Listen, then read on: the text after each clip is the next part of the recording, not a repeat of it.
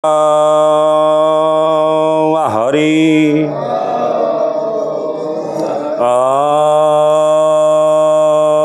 ৰাম মৈশ কৰ্ম নৰহিংহ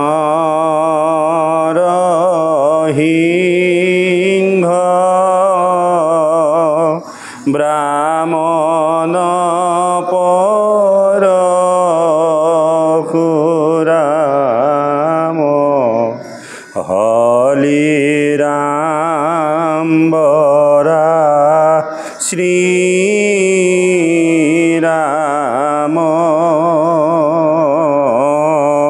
বুদ্ধ কল্কি নামে দক্ষয়াকৃতি ধৰিসা কৃষ্ণ তজু পাৱে কৰুহু প্ৰণাম ৰাম তজু পাৱে কৰুহু প্ৰণাম কৃষ্ণ হৰি ৰাম জয় গুৰু শংকৰ সৰ্বগুণাকৰ জাগৰি নাহি কেও পাম তোহাৰি চৰণেৰে নুহত কোটি বাৰিকো কৰোঁ প্ৰণাম তোহাৰি চৰণেৰে নুহত কোটি বাৰিকো কৰোঁ কৃষ্ণ পৰম ভক্তিভাজন মোৰ জন্মে জন্মান্তৰ সেৱাস্থলীৰ কলিযুগৰ নৰনাৰায়ণ স্বৰূপ সমস্ত আই সমস্ত জয় জয়তে আমি এই ধাৰাবাহিক পবিত্ৰ ভাগৱত অনুষ্ঠানলৈ আপোনাৰ সবক স্বাগতম জনাইছোঁ খুব সুন্দৰ পাঠ পৰ্যালোচনা কৰি থকা হৈছে ভাগৱতৰ তৃতীয় স্কন্ধ আমি ইদিনাতকৈ সিদিনা ভাগৱতৰ ৰসৰ মাজলৈ সোমাই গৈ আছোঁ এনেধৰণে গৈ গৈ আমি এটি সুন্দৰ পাঠ যিটো ভাগৱতত বিভিন্ন বক্তাসকলে বিভিন্ন ভাগৱত অনুষ্ঠানত সেই বক্তব্য ৰাখিছে আপোনালোকে জানে ভাগৱতত এজন সন্তানক এগৰাকী আয়ে আৰু এজন ঋষিয়ে তপ আৰু জপ ধ্যান ধাৰণাৰ মাজেদি জগতলৈ নমাই আনিলে যাক ঈশ্বৰ বুলি কোৱা হৈছে ভগৱন্ত অৱতাৰৰ যি ৪৪তম অৱতাৰ সেই অৱতাৰৰ ভিতৰত এক অৱতাৰ কপিল প্ৰভু সেই কপিল প্ৰভুক কদম ঋষি আৰু মাতৃ দেৱহূতি সংযোগত ভগৱন্তক আৰাধনা কৰি জগতলৈ নমাই আনিছে আৰু এই সূত্ৰে ব্ৰহ্মাদেৱে সৃষ্টিৰ কাৰ্য আগবঢ়াবলৈ গৈ তেওঁ সপ্ত ঋষি সৃষ্টি কৰিছিল 4 সিদ্ধ সৃষ্টি কৰিছিল মহাদেৱ শিৱকো তেওঁ সৃষ্টিৰ আজ্ঞা দিছিল কিন্তু সমস্ত দেৱতাসকলকো সৃষ্টি কৰাৰ পাছত ভগৱন্তৰ নিৰ্দেশমতে সৃষ্টিৰ কাৰ্য যেতিয়া সুন্দৰ আৰু সবাংগ হোৱা নাই তেওঁ পুনৰ এনে এক জীৱ সৃষ্টি কৰিলে যি জীৱ তপ আৰু জপ ধ্যান আৰু ধাৰণাৰ দ্বাৰা পৰিপুষ্ট আৰু সেই জীৱ হ'ল মনুষ্য জীৱ আৰু সেই মনুষ্য জীৱৰ প্ৰথম যিজন পিতৃ বুলি কোৱা হয় মনু স্বয়ম্ভু মনু আৰু ভাৰ্যা হ'ল শতৰূপা অৰ্থাৎ ব্ৰহ্মাদেৱৰ সোঁ বাহুৰ পৰা স্বয়ম্ভু মনু আৰু বাওঁ বাহুৰ পৰা শতৰূপা আইক জন্মগ্ৰহণ কৰালে আৰু তেওঁলোকৰ দুইজনৰ সংযোগত যিহেতুকে আগতে সমস্তখিনি পুৰুষ সৃষ্টি কৰি আছিল পুৰুষ আৰু প্ৰকৃতি যেতিয়ালৈকে সংযোগ নহয় তেতিয়ালৈকে সৃষ্টি নহয় আপোনালোকে দেখিব আজি বিশ্ব ব্ৰহ্মাণ্ডত বা আমাৰ পৃথিৱীখনত প্ৰত্যেক কথাতে দুটা বস্তু আছে আজি যদি এই লাইটটো জ্বলিবলৈ গৈছে তাতো দুডাল তাঁৰ আছে পজিটিভ নিগেটিভ জগতখনত যদি আমি সৃষ্টি কাৰ্য আগবঢ়াব বিচৰা হৈছে বা পৰম শক্তি যদি আমি আৰাধনা কৰিব লগা হৈছে তেতিয়াও আমাৰ পুৰুষ প্ৰকৃতিৰ প্ৰয়োজন হয় সেই অনুপাতে আপোনালোকে দেখিছে আমি গোৱাপান ভাগ আগ কৰোঁতেও তাতো আমি তামোল আৰু পাণ দিওঁ ঠিক তেনেধৰণে এই প্ৰকৃতিৰ দুটা তত্ত্বৰ মাজেদি আগবাঢ়িছে দুটা তত্ত্ব বা দুটা শক্তি নহ'লে সৃষ্টি কাৰ্য আগ নাবাঢ়ে সেয়েহে তেওঁ মনুষ্য সৃষ্টি কৰি পুৰুষ আৰু প্ৰকৃতি সৃষ্টি কৰি সেই পুৰুষ আৰু প্ৰকৃতিৰ মাজৰ পৰা 5টি সন্তান জন্ম হ'ল, 3গৰাকী কন্যা সন্তান আপোনালোকে জানে, আকুতি, প্ৰকৃতি আৰু দেৱহতী, আৰু 2টি সন্তান প্ৰিয়ৱত আৰু উত্তানপাত। এতিয়া ভাগৱত 3য় স্কন্ধত আমাক সৰ্বপ্ৰথমে দেৱহতী আইৰ কথা ক'বলৈ আগবাঢ়িছে। এই দেৱহতী এনে এগৰাকী সতী, যিগৰাকী সতীয়ে যিদিনাৰ পৰা যৌৱনপ্ৰাপ্ত হৈছিল সেইদিনাৰ পৰা দেৱৰ্ষি নাৰদৰ পদ্মমুখৰ দ্বাৰা এজন পুৰুষৰ গুণ চৰিত্ৰৰ কথা শ্ৰৱণ কৰিছিল, আৰু সেই দিনাৰ পৰাই তেওঁ সেইজন স্বামী পাবলৈ আশা কৰি আছিল, ধ্যান ধাৰণা কৰি আছিল। ইয়াৰ আগতেও আপোনালোকে দেখিছে, যেতিয়া ভগৱন্ত পুৰুষক ৰুক্মিণীয়ে স্বামী বৰণ কৰিবৰ কাৰণে আগবাঢ়িছিল, সেই কৃষ্ণৰ ৰূপ লাৱণ্য শুনি ৰুক্মিণী আয়ে কৃষ্ণক পাবৰ কাৰণে কিমান কষ্ট কৰি পেলাই অৱশেষত ভগৱন্ত পুৰুষক তেওঁ স্বামী হিচাপে পাইছে। ঠিক তেনেধৰণে সতী আয়েও মহাদেৱ শিৱক পাবৰ কাৰণে বহু বছৰ তপ সাধনা কৰিছে, আৰু সেই সূত্ৰে তেওঁলোকে এজন পৰম স্বামী পাবলৈ সক্ষম হৈছে।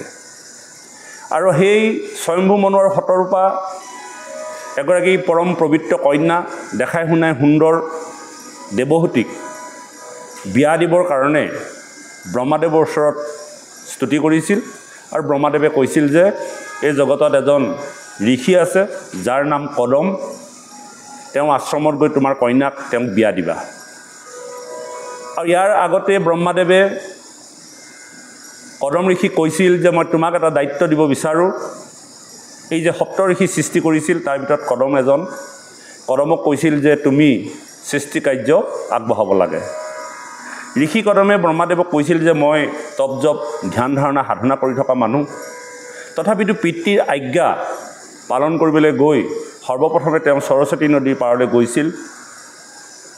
ধূপ দীপ দ্ৰব্য সহকাৰে ভগৱন্ত পুৰুষক বহু হাজাৰ বছৰ তপ জপ কৰিছিল, আৰু ভগৱন্ত পুৰুষে কদম ঋষি তপ জপ ধ্যান ধাৰণাত সন্তুষ্ট হৈ তেওঁক দৰ্শন দিছিল। আৰু দৰ্শন দিয়াৰ লগে লগে তেওঁ কদম ঋষিয়ে কৈছিল যে হে গুৰুদেৱ, হে প্ৰভু, হে ঈশ্বৰ, মই তোমাক ধ্যান আৰু ধাৰণা কৰিছোঁ, তাৰ আগতে মই তোমাৰ আগত ক'ব বিচাৰিছোঁ যে মই যদিও তোমাক ধ্যান ধাৰণা কৰিবলৈ আহিছোঁ, কিন্তু মই সৰ্বপ্ৰথমে সকাম ভক্তিটো ভাল নাপাওঁ। নহয়নে বাৰু? যোৱা পাঠত আমি এই কথা কৈছিলোঁ যে সকাম ভক্তিৰ দ্বাৰা ঈশ্বৰক উপাসনা কৰাটো নিন্দনীয়, তাৰ দ্বাৰা কোনো জীৱই উপকৃত হ'ব নোৱাৰে। গতিকে মই তোমাক তপ আৰু জপ কৰিবলৈ যোৱাৰ আগতে মই সকাম ভক্তিটো নিন্দা কৰিছোঁ। কিয় নিন্দা কৰিছে? যে তোমাক পাবৰ কাৰণে, তোমাক ভক্তি কৰিবৰ কাৰণে স্বাৰ্থ ৰাখি ভক্তি কৰিলে কেতিয়াও সিদ্ধি নহয়। কিন্তু এতিয়া তুমি ক'বা মই যে তোমাক সাধনা কৰিছোঁ, মোৰো এটা উদ্দেশ্য নথকা নহয়। উদ্দেশ্য থকা, আশা থকা বা বাসনা থকাটোকে সকাম ভক্তি বুলি কোৱা হয়। যদিও মই সকাম ভক্তিক নিন্দা কৰিছোঁ, আজি মই তোমাক যিটো বিচাৰিম এয়াতো আশা। গতিকে হে গুৰুদেৱ, হে প্ৰভু ঈশ্বৰ, মই তোমাক কৈছোঁ যে যদিও মই তোমাক কিবা বিচাৰি পেলাই মই স্তুতি কৰিছোঁ, এয়া হ'ল জগতৰ কল্যাণৰ কাৰণে, মোৰ নিজৰ ইচ্ছামতে নহয়। মোৰ পিতৃ ব্ৰহ্মাদেৱে মোক জগতখন আগবঢ়াবৰ কাৰণে, সৃষ্টি কাৰ্য কৰিবৰ কাৰণে মোক আজ্ঞা কৰিছে, আৰু তেওঁ আজ্ঞা পালন কৰিহে মই তোমাৰ ওচৰত স্তুতি কৰিছোঁ যাতে মোক এগৰাকী পৰম পবিত্ৰ ভাৰ্যা দিয়া, আৰু যিগৰাকী ভাৰ্যাৰ জৰিয়তে মই সৃষ্টি কাৰ্য আগবঢ়াব পাৰিম। গতিকে এই পাঠটিৰ মাজেদি আমি দুটা কথা স্পষ্টভাৱে বুজিব লাগিব। এক হ'ল, যদিও আমাক শাস্ত্ৰ ভাগৱতে সকাম ভক্তিটো নিন্দা কৰিছে বা ঈশ্বৰক আশা কৰি ভজিবলৈ মনা কৰিছে, কিন্তু সেই আশাটোহে নিন্দা কৰিছে যিটো আপোনাৰ স্বাৰ্থ জড়িত হৈ থাকে। কিন্তু এনে স্বাৰ্থ ৰাখি যদি আপুনি সকাম ভক্তি কৰে, তেতিয়া সেই সকাম ভক্তি আকৌ জগতৰ কল্যাণৰ কাৰণে হয়। সেইকাৰণে নামঘোষাত লিখিছে, কৃপাৰ সাগৰ দৈৱিকী নন্দন, পুৰিও মনৰ কাম, ভকতৰ সংগ সদায় নুগুচক, মুখে তোৱা গুণৰ নাম। অৰ্থাৎ সেইজন মানুহক কৈছে পুৰিও মনৰ কাম, কাম মানে সকাম, আশা। যে কোনটো আশা বিচাৰিছে? যে ভকতৰ সংগ। কোনটো আশা বিচাৰিছে? জগতৰ কল্যাণৰ কাৰণে। কোনটো আশা বিচাৰিছে? যে সমাজৰ উন্নতিৰ কাৰণে। কোনটো আশা বিচাৰিছে? মোৰ লগতে 10জনৰ উপকৃত হোৱা। এনেকুৱাবিলাক উচ্চস্তৰীয় আশাবিলাক কিন্তু কৰিবলৈ কৈছে। সেইকাৰণে কপিল প্ৰভুৱে ভগৱন্ত পুৰুষক ক'বলৈ গৈ কৈছে যে মই তোমাক যিটো বিচাৰিছোঁ এয়া মোৰ নিজৰ ইচ্ছামতে নহয়, মই জগতৰ কল্যাণৰ কাৰণে ব্ৰহ্মাদেৱৰ আজ্ঞা পালন কৰিহে তোমাক এগৰাকী ভাৰ্যা বিচাৰিছোঁ, যিগৰাকী ভাৰ্যাৰ জৰিয়তে মই সৃষ্টি কাৰ্য আগবঢ়াব পাৰিম। কদমে কৈছে। আৰু সেই কদমৰ মিনতিত বা কদমৰ প্ৰাৰ্থনাত ভগৱন্ত প্ৰভু সন্তুষ্ট হৈ তেওঁ ক'লে যে তোমাৰ ভক্তিত মই সন্তুষ্ট হৈছোঁ, তোমাৰ কথাখিনি শুদ্ধ, গতিকে তুমি এগৰাকী ভাৰ্যা পাবা। আজি নহয়, কালিলৈ নহয়, পৰহিলৈ তোমাৰ আশ্ৰমলৈ এগৰাকী পৰম পবিত্ৰ লক্ষীস্বৰূপা ভাৰ্যা লৈ, কন্যা লৈ, দুহিতা লৈ আহিব, স্বয়ম্ভু মনু আৰু শতৰূপা। গতিকে তুমি তেওঁক গ্ৰহণ কৰি তোমাৰ সৃষ্টি কাৰ্য আগবঢ়াব পাৰিবা। আৰু এইখিনিতে কদম ঋষিয়ে কৈছিল যে হে প্ৰভু, প্ৰথমতে মই বিবাহ কাৰ্য সমাপন কৰি জগতৰ কল্যাণ কৰিম, তাৰপিছত মোক তুমি মুক্তি দিব লাগিব, মই তোমাক আকৌ প্ৰাৰ্থনা কৰিম। তথাস্তু বুলি কৈ ভগৱন্ত গুচি গ'ল। আৰু সেইদিনাৰ পৰা কদম ঋষিয়ে পৰম আনন্দ উল্লাসেৰে আছে যে পৰহি দিনটো কাহিনী আহি পায়। ঠিক তেনেকৈ আজি দিনটো গুচি গ'ল, অহাকালি দিনটো গুচি গ'ল, আৰু পৰহি দিনটো যেতিয়া আহি সমাগত হ'ল, দেখিছে স্বয়ম্ভু মানুহ শতৰূপাই এখন সোণৰ ৰথত নিজৰ দুহিতাক উঠাই লৈ পৃথিৱী পৰ্যটন কৰি ফুৰিছে যে কদম ঋষি আশ্ৰম ক'ত আছে, কোনজন বৰক তেওঁ কন্যা দুহিতাক অৰ্পণ কৰিলে সুখী হ'ব পাৰে। এনেধৰণে আহি কদম ঋষি আশ্ৰম পালেহি। আশ্ৰম পোৱাৰ লগে লগে তেওঁলোকৰ মন পুলকিত হ'ল। আশ্ৰমৰ চৌদিশ ইমান সুন্দৰ গছ গছনিয়ে ভৰি আছে, বিভিন্ন ধৰণৰ ফল ফুল আছে। যোৱা সপ্তাহত আমি এইখিনি কৈছিলোঁ, যদিও যিসকল অহা নাই তেখেতলোকৰ কাৰণে অকণমান আগবঢ়াই দিছোঁ। বকুল, শেৱালি, নেৱালি, তগৰ, গোলাপ, পুষ্পক, অন্যান্য ফুল আছে, পলাশ, পাৰলি, চম্পা এনেকুৱাবিলাকো আছে। বিভিন্ন ধৰণৰ উন্নত জাতৰ গছ সেই আশ্ৰমত ঋতু অনুযায়ী ফল ফুল দি আছে। কাষেদি এখন নদী বৈ গৈছে, যাক সৰস্বতী নদী বুলি কয়। সেই সৰস্বতী নদীৰ ৰিমঝিম ঝৰ্ণাত ঋষিসকলে তাতে তপ জপ কৰি পেলাই ধ্যানস্থ হৈ থাকে। আৰু পশু পক্ষীবিলাকেও সেই আশ্ৰমত খুব সুন্দৰভাৱে শান্তভাৱে বিচৰণ কৰে। কোনেও কাকো অসৎ চিন্তা নকৰে বা হিংসা প্ৰয়োগ নকৰে। তেনেধৰণে গৈ সেই আশ্ৰমত মণিমুগ্ধ হ'ল শতৰূপা আৰু স্বয়ম্ভু মনুৱে। ইতিমধ্যে কদম ঋষিয়ে অগ্নি পূজা কৰি আছে আশ্ৰমৰ ভিতৰত। এজন সুঠাম সুন্দৰ পুৰুষ, চালে চাই থাকিবলৈ মন যায়, গহীন গম্ভীৰ, ধীস্থিৰ, বচনত গম্ভীৰ, খোজকাতলত গম্ভীৰ, সুন্দৰ স্বাস্থ্য, জটাধাৰী, অগ্নি পূজা কৰি আহিছে। তেনেতে শতৰূপা আৰু স্বয়ম্ভু মনুৱে ৰথত নিজৰ দুহিতাক লৈ আশ্ৰমত প্ৰৱেশ কৰিলে। আশ্ৰমত প্ৰৱেশ কৰিয়েই সৰ্বপ্ৰথমে তেওঁলোকে কদম ঋষিক সেৱা জনাইছে। অৰ্থাৎ যিজনক নিজৰ দুহিতাক গতাবলৈ গৈছে, যাক জোঁৱাই বুলি ভাবিছে বা ভাবিব, তেওঁ সৰ্বপ্ৰথমে স্বয়ম্ভু মনুৱে পৰম সাদৰে সেৱা গ্ৰহণ কৰিছে, সেৱা নিবেদন কৰিছে। আৰু কদম ঋষিয়েও তেওঁলোকক ধৰ্মত মতিস্থিৰ হওক বুলি আশীৰ্বাদ প্ৰদান কৰিছে। কৰি পেলাই কদম ঋষিয়ে আশ্ৰমত স্বয়ম্ভু মনু শতৰূপাক আসনত বহুৱাই কুশল বাৰ্তা সুধিলে যে হে ৰাজন, কি উদ্দেশ্য লৈনো আমাৰ এই আশ্ৰমত প্ৰৱেশ কৰিলে, আমাক জনালে আমি ভাল পাম। আমি আপোনাৰ কেনেকৈ হিত সাধন কৰিব পাৰোঁ বা আপোনাৰ উপকাৰ কৰিব পাৰোঁ আপুনি নিবেদন কৰিলে আমি সেইখিনি কৰিবলৈ প্ৰস্তুত আছোঁ।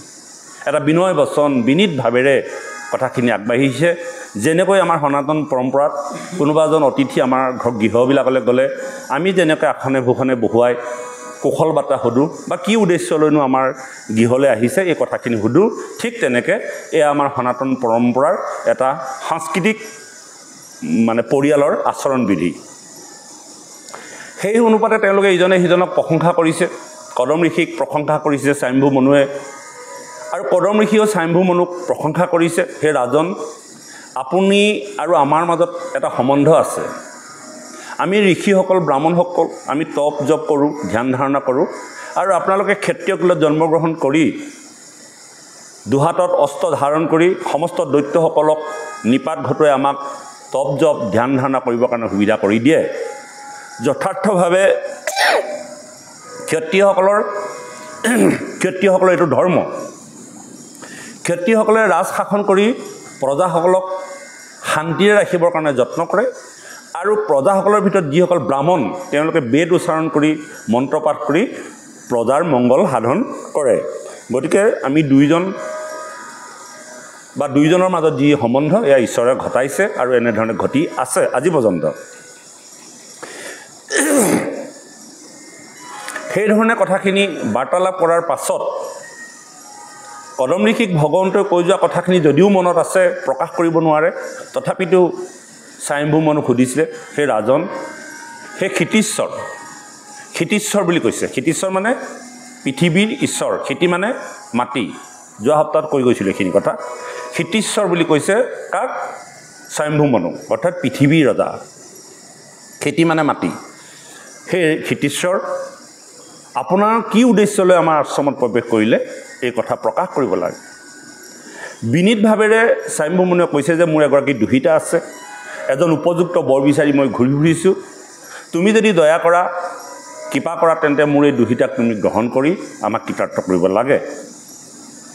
কদম ঋষিয়ে ভগৱন্ত পুৰুষৰ আদেশ নিশ্চয় মনত আছে আৰু মনত থাকি স্বয়ম্ভু মনু আৰু শতৰূপাৰ যি নিবেদন সেয়া গ্ৰহণ কৰিলে আৰু ইতিমধ্যে দেৱহতী নামৰ কন্যাক কদম ঋষি তাত বিয়া দিলে। আৰু বিয়া দিবলৈ সিদ্ধান্ত কৰি স্বয়ম্ভু মনু আৰু শতৰূপাই আই দেৱহতীক কেনেকৈনো কদম ঋষিৰ ওচৰত গতাই পেলাই তেওঁলোকে গৃহমুখী হৈছিল, এইখিনিৰ পৰাই আমাৰ পাঠটি থাকি গৈছে আৰু আজি তাৰ পৰাই আৰম্ভ হ'ব, নহয়নে বাৰু? সিমানখিনিলৈকে আগবাঢ়ি আছে কৃষ্ণ। হে ৰাম,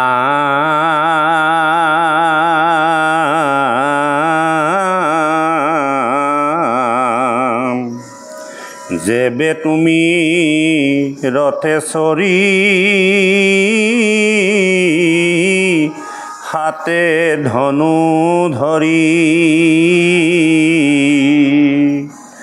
কৰি আতংকাৰ নুপুৰা যত্ন কৰি, তেবে দুষ্ট ধৰ্মৰ পৃথক কৰি ছন্ন, অধৰ্ম বাহিয়া পাপী হৈবে সৰ্বজন।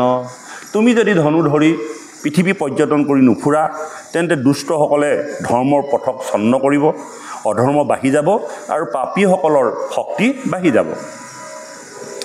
তজু উপৰামে বাঢ়িবে কচুৰ ছয়, প্ৰজা সমস্ত কহবে কৰিবে ক্ষয়। আৰ এতেকেহে ধৰ্ম পালি তোমাৰ সৰ্বথা, পৰ্যতিবে লাগে মই জানো ইটো কথা। তথাপি বিশেষ কৰি পুছু কৈও বীৰ, কিবা অৰ্থে আইলা ইটো আমাৰ মন্দিৰ। নিকপট ভাৱে তাক সাধিব নিশ্চয়, কিন্তু কাৰ্য কৈও মাত্ৰ গুচুক সংশয়।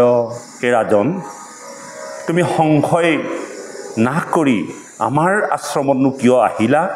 কি ধৰণে তোমাৰ হিত সাধন কৰিব পাৰোঁ তুমি আমাক প্ৰকাশ কৰিলে আমি নিশ্চয় নিকপতে তোমাৰ ভাৱ আমি পূৰণ কৰিবলৈ যৎপৰোনাস্তি চেষ্টা কৰিম, কিন্তু কাৰ্য কৈও মাত্ৰ গুচুক সংশয়।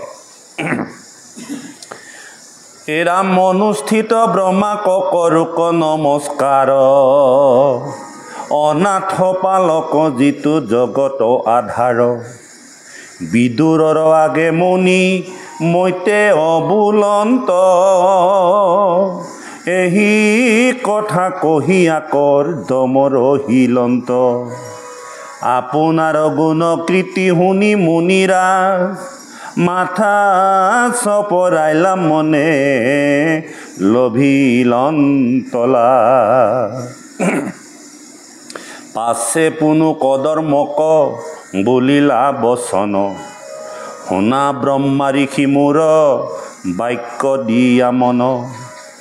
তোমাৰ আমাৰ ইটো সম্বন্ধ দুতয়, পূৰ্বে আকৌ ঘটাই আছে প্ৰভু কৃপাময়। মুখ হন্তে হৰি আগে সজিলা ব্ৰাহ্মণ, মহাজিতেন্দ্ৰিয় তপ বিদ্যায়ে সম্পন্ন তাৰা কপালিবে লাগি প্ৰভু ভগৱন্ত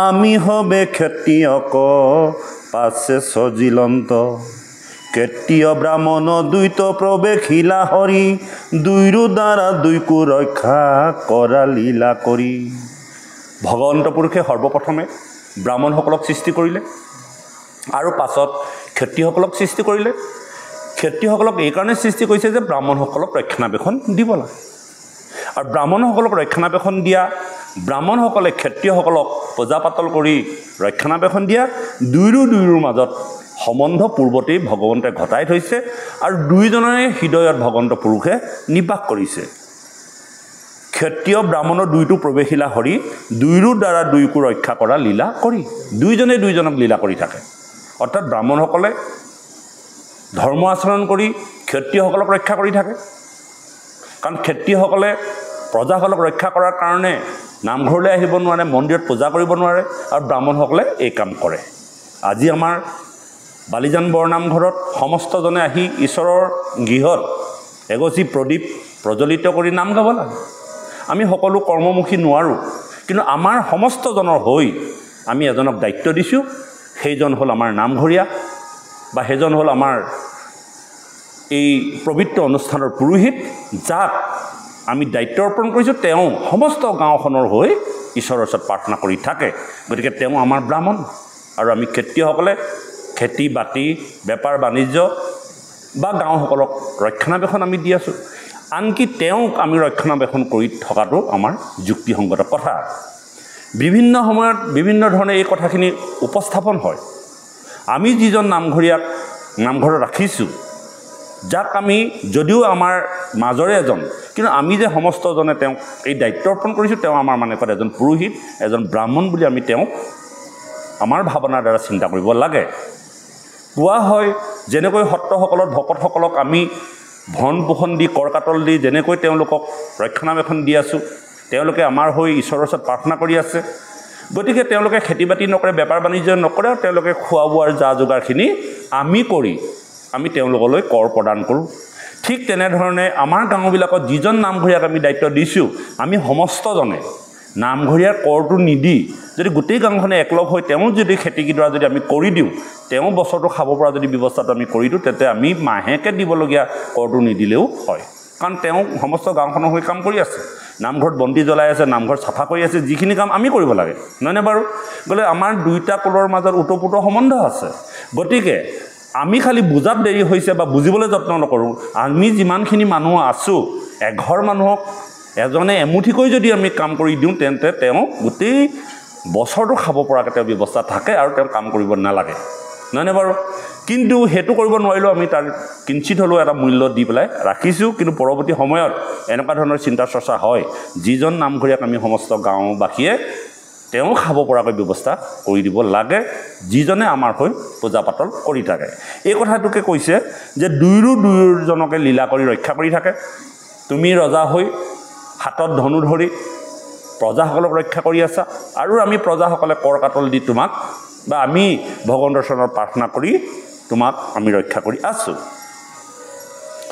হে ৰাম তজু দৰ্শনে মোৰ গুচিল সংশয় জাতু মহাধৰ্ম হ'ব কৰিলা নিৰ্ণয় লভিলো আনন্দ আজি দেখিয়া তোমাক মাথায়ে ধৰিয়া আৱে চৰণ ধুলাক দুহিতাৰ স্নেহে মোৰ হৃদয়ত তাপ কৰো নিবেদন কিছু শুনি বাপ এৰা মুহুৰ দুহিতায়েহি দেৱহূতি নাম বাঞ্ছা কৰে পতি সৰ্বগুণে অনুপাম এগৰাকী দুহিতা মানে দুখন ঘৰৰ হিত সাধন কৰাৰ কাৰণে তেওঁলোকক দুহিতা বুলি কোৱা হয় জন্মৰ পৰা পিতৃকুলত ৰক্ষা কৰে হিত সাধন কৰে আৰু বিয়া দিয়াৰ পাছত তেওঁ স্বামী গৃহত হিত সাধন কৰে গতিকে দুখন ঘৰৰ হিত সাধন কৰাৰ কাৰণে এগৰাকী কন্যাক দুহিতা বুলি কোৱা হয় আজি স্বয়ম্ভু মনুৱে কৈছে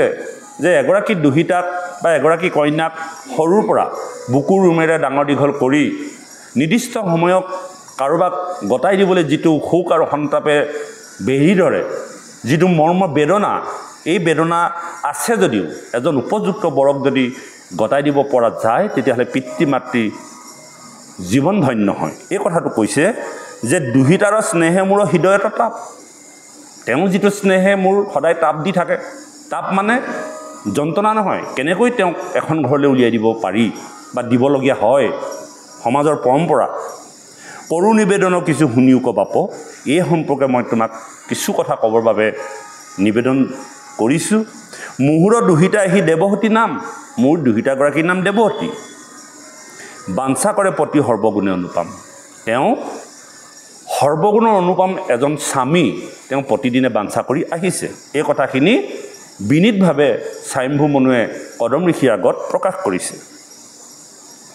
হে ৰাম পুত্ৰী অকাৰণ বুলি শংকা নোযোৱাই, জাতো আন আশয় প্ৰসিদ্ধ দুই ভাই। জৈখানি নাৰদ মুখে তজু গুণ গণ, শুনিলা তই খানি হন্তে তোমাতে হে মন। অকল যে মোৰ তিনিগৰাকী কন্যা আছে বা দুহিতা আছে এনেকুৱা নহয়, আৰু মোৰ দুজন পুত্ৰও আছে। কিন্তু মোৰ দেৱহতী কন্যাগৰাকীয়ে এদিন দেৱৰ্ষি নাৰদৰ মুখে তোমাৰ গুণ যশৰ কথা শুনিছিল, আৰু শুনি সেইদিনাৰ পৰা তোমাক পাবৰ কাৰণে তেওঁ মনতে বাঞ্ছা কৰি আছে। এই কথাটো কৈছে যে জৈখানি নাৰদৰ মুখে তজু গুণ গণ, শুনিলা তৈখানি হন্তে তোমাতেহে মন। সেইদিনাৰ পৰা তোমাতে মন কৰি আছে মোৰ কন্যাগৰাকী। হে ৰাম এতেকেহে কৰিও বিহা দেউ ৰংগ কৰি, তজু গুণ অনুৰূপে পৰম সুন্দৰী। যতহে আপুনি যিটো আহে ভোগ ছয়, তাক নিবাৰণ কৰিবাৰ যোগ্য নয়। এ ৰাম বিৰক্ত হবৰ ইটো ভাল নুহি কয়, বিষয় ৰাগিৰ ইটো কি কৈ বেলাগয়। অনায়াসে আহে দৈৱতাক অনাদৰি, পাছে যায় কৃপণত খোজে যত্ন কৰি। সিজনৰ পূৰ্বযশ হবে যায় ক্ষয়, মান্য নষ্ট হুয়ে পৰে অৱজ্ঞা কৰয়। তোমাৰো শুনিছো বিহা কৰিবাৰ মন, এতেকেহে মুহুৰ কন্যা কৰি উগ্ৰহণ।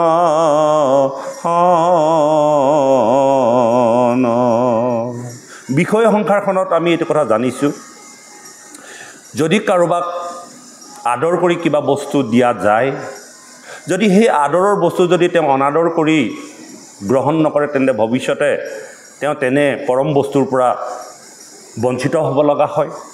ধৰি লওক আপোনাসবক যদি কোনোবা আদৰ সাদৰ কৰি কিবা এটা বস্তু দিছে, সেই বস্তুটো যদি গ্ৰহণ নকৰে, তেন্তে ভৱিষ্যতে তেনে বস্তুৰ পৰা আপুনি সুবিধা বা সুযোগ নাপাব। গতিকে আদৰে দিয়া বস্তু আমি কওঁ সাদৰে গ্ৰহণ কৰা। সেইকাৰণে আমাৰ যিসকল দেউৰীসকল আছে, তেওঁলোকে যেতিয়া আমাক যিকোনো বস্তু আদৰে দিয়ে, আমিও সেই বস্তু সাদৰেৰে গ্ৰহণ কৰিব লাগে। যদি আদৰে দিয়া বস্তু সাদৰে গ্ৰহণ কৰা নাযায়, ভৱিষ্যতে তেনে বস্তুৰ পৰা বঞ্চিত হ'ব লগা হয়। এইটো স্বয়ম্ভু মানুহ সৰ্বপ্ৰথমে ব্যক্ত কৰিছে। সেই কথা আগত ৰাখি যে মই শুনিছোঁ বোলে তোমাৰো বিবাহ কৰিবৰ মন হৈছে বা বিবাহৰ উপযুক্ত হৈছা, এই বুলি ভাবি মোৰ কন্যাক তোমালৈ বিয়া দিবৰ বাবে মই মন কৰি তোমাৰ ওচৰত আহিছোঁ। তোমাৰো শুনিছোঁ বিহা কৰিবাৰ মন, এতেকে মুহুৰ কন্যা কৰিও গ্ৰহণ।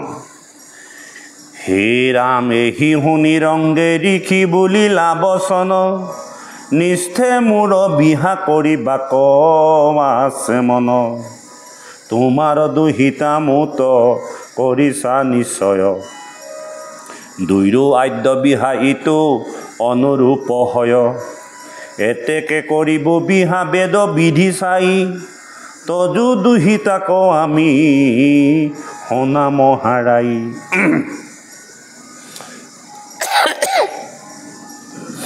ভুৱন সুন্দৰী ইটো কন্যা মধ্যে হাৰ, আকৌ পাই কোনে নকৰিবে হতকাৰ। অলংকাৰে ক্ৰান্তি যিনি শৰীৰৰ জলয়, যি কালত গৃহে ফুৰি ৰংগে খেলাবই আনৰ উপদেশী বিশ্বা বহু মোহ হুই বিমানৰ পৰা পৰিলে ক অধুমুই গন্ধৰ্বৰ মোহিনী কন্যা পৰম কামিনী তোমাৰ নন্দিনী প্ৰিয় বতৰ ভগিনী ইমান এগৰাকী সুন্দৰ কন্যা ৰূপে গুণে লক্ষীস্বৰূপা আইক কোন পুৰুষ আছে তেওঁ গ্ৰহণ নকৰিব স্বয়ম্ভুমনু কদম ঋষিয়ে কৈছে মোৰ বিবাহ কৰিবৰ মন হয় মই বিবাহৰ উপযুক্ত হৈ আছোঁ আৰু এনে সময়ত এনেকুৱা এগৰাকী ভাইজা আমাক প্ৰদান কৰিছে যিগৰাকী সমস্ত জগতৰ ৰূপে গুণে অতুলনীয় যিগৰাকী প্ৰিয়ৱতৰ ভগ্নী হে ৰাম এতেকে কৰিব বিহা বেদ বিধি চাই তজু দুহিতা কওঁ আমি শুনা মহাৰাই সেইকাৰণে বেদৰ বিহিত ব্যৱস্থা চাই তোমাৰ দুহিতাক আমি বিয়া কৰিম ভুৱন সুন্দৰী ইটো কন্যা মধ্যে হাৰ আকৌ পাই কোনে নকৰিবে হতকাৰ এনেকুৱাকৈ কন্যাক পাই কোনেনো সৎকাৰ নকৰিব কোনেনো আদৰি নল'ব অলংকাৰে কান্তি যিনি শৰীৰ জলয় যি কালত গৃহে ফুৰি ৰংগে খেলাবই যি কালত গৃহত খেলা ধূলা কৰি ৰংগ কৰি ঘূৰিছিল তেওঁ কান্তি তেওঁ জ্যোতিয়ে সমস্ত জগত জিনিছিল আনৰ ৰূপত দেখি বিশ্ব বহু মোহ হুই বিমানৰ পৰা পৰিলে ক অধুমুই এইগৰাকী কন্যাৰ ৰূপ দেখি বহুসকলেও অধুমুখ কৰিব লগা হৈছিল ইমান ৰূপ আজিলৈ অকণমান নে দাদু কিবা এটা ব্যৱস্থা বনাব আছে হয় নাই কলিযুগৰ ভকত নহয় চিন্তা নাই তথাপিতো এতিয়াতো 9টা বাজিলে আঁচনিখন আগবঢ়াওঁতো টাইম এটা ল'ব আজিলৈ নহয় জানো অকণকৈ গৈ থাকোঁচোন আমাৰতো এনেকুৱা কথা নাই গতিকে বাবাই সমস্ত ইয়াৰ পাছত খুব ধুনীয়া কদম দেৱহূতিৰ বিবাহ আমি নিশ্চয় ভগৱন্তে আমাৰ সমস্তজনক কৃপা কৰিব আৰু আমাৰ ভাগৱতৰ যি ব্যৱস্থা এই ব্যৱস্থাই প্ৰত্যেক ঘৰত এপাহি ভক্তিৰ পদুমৰ গতে ফুলি উঠক তাৰ কামনা কৰিছোঁ ভগৱন্তে সেইখন আমাক কৃপা কৰক আজি ইমানতে আমি ভাগৱত বিৰাম দিম পুনৰ আমি অহা সপ্তাহত কদম দেৱহূতি বিহাৰ মানে ঘূৰি ফুৰা বিহাৰ তেওঁলোকেনো কি কথা পাতি ফুৰিছিলে খুব ভাল লাগিব বোলে ইমানতে আমি বিৰাম দিছোঁ কৃষ্ণ